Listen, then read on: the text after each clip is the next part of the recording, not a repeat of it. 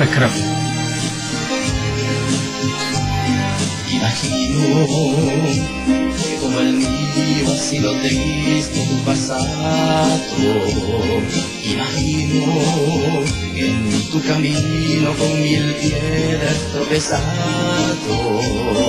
Imagino que ante mi Dios el Ser Supremo habrás jurado que el corazón que en ti maldita emocionado nunca jamás tú lo verás enamorado.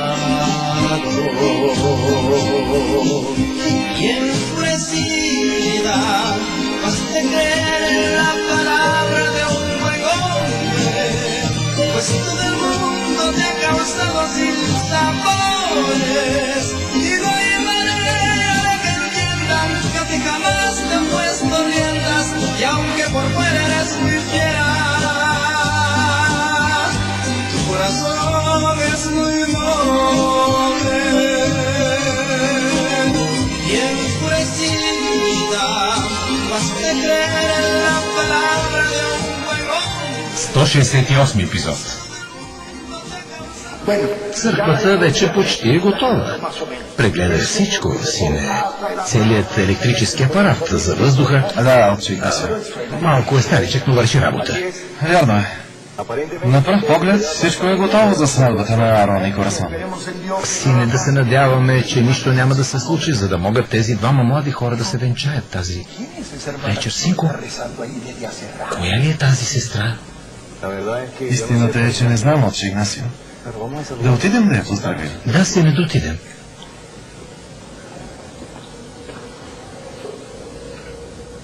Сестро,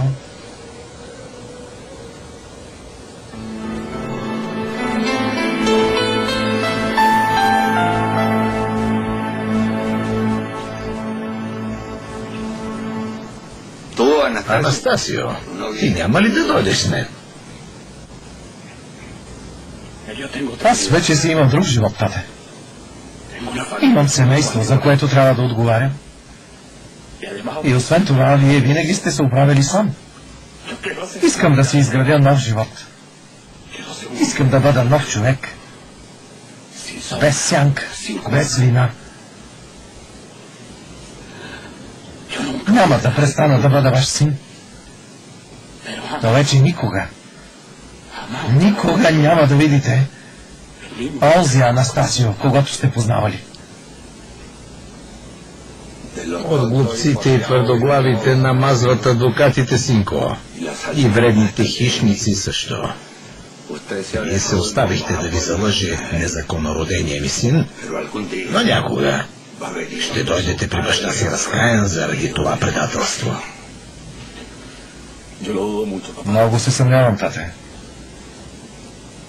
Търсете си пътя. До тук беше империята на Абрахам Паредис. Ние вече не сме онези роби, на които вие нареждахте, без да ви е грижа за нашите чувства.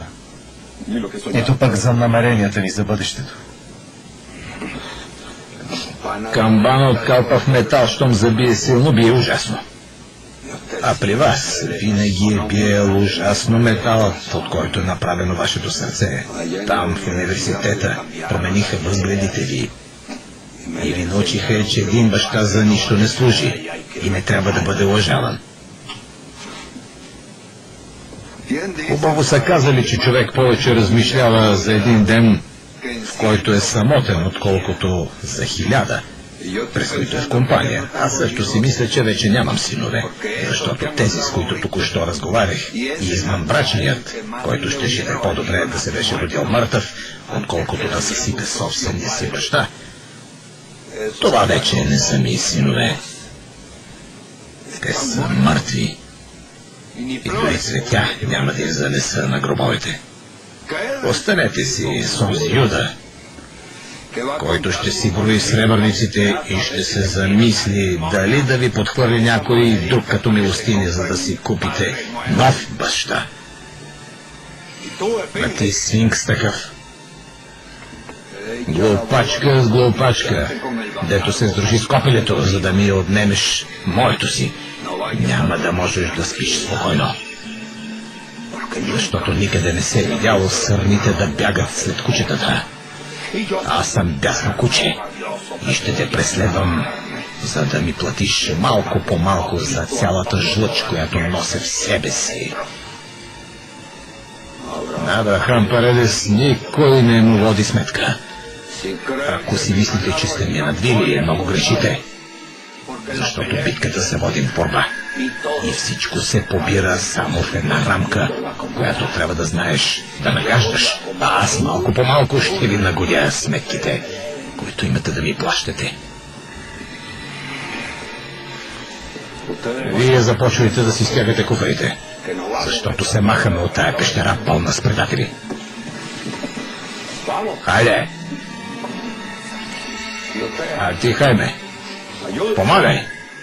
Не, аз оставам, господарю, защото се оказва, че няма да има вече кой друг да подпалва нечии имения, а аз имам памет, нали така? Хищниците в този дом ще бъдат в излишък. А вие мърдайте. Не искам и минутка повече да дишам смъртта, която се разнася тук.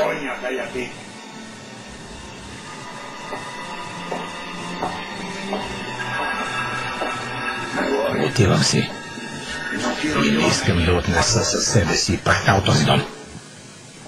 Както Христос, и аз си изтупвам сандалите, защото вие не заслужавате и следите от обувките ми.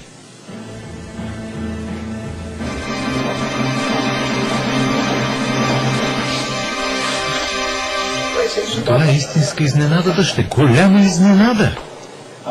Вече знам какво си правила през последните 6 месеца. Приближавах се към Бог. Добре си дошла, дъще, добре си дошла. Бъди добре дошла, Юмира. Аз разбира се, трябва да отида да видя дали епатрихилът ми е готов за тази вечер, с ваше позволение, чеда. Амин.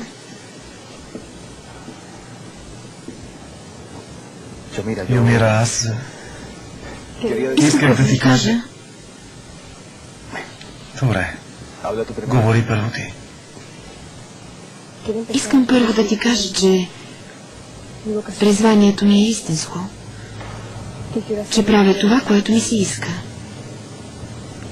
Открих, че моя път е Бог.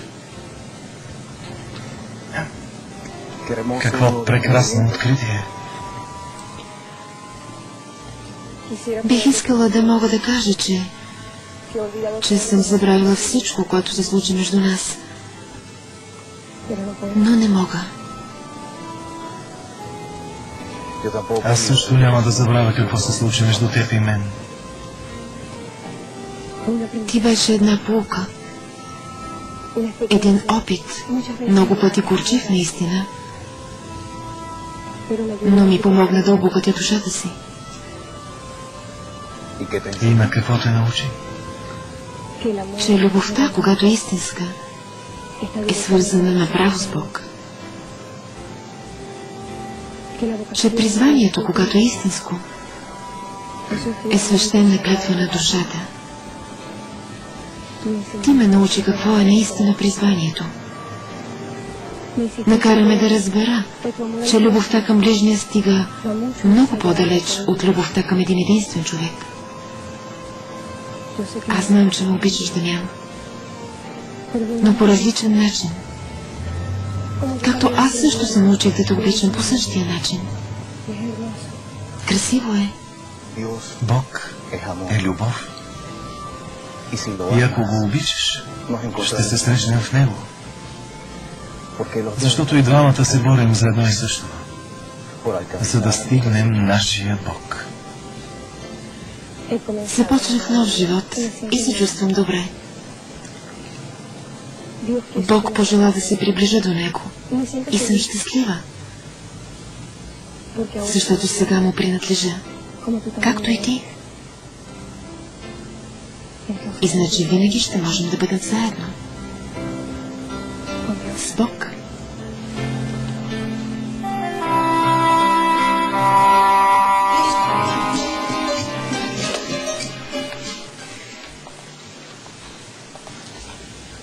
Аврахам, аз не съм ти изоставила.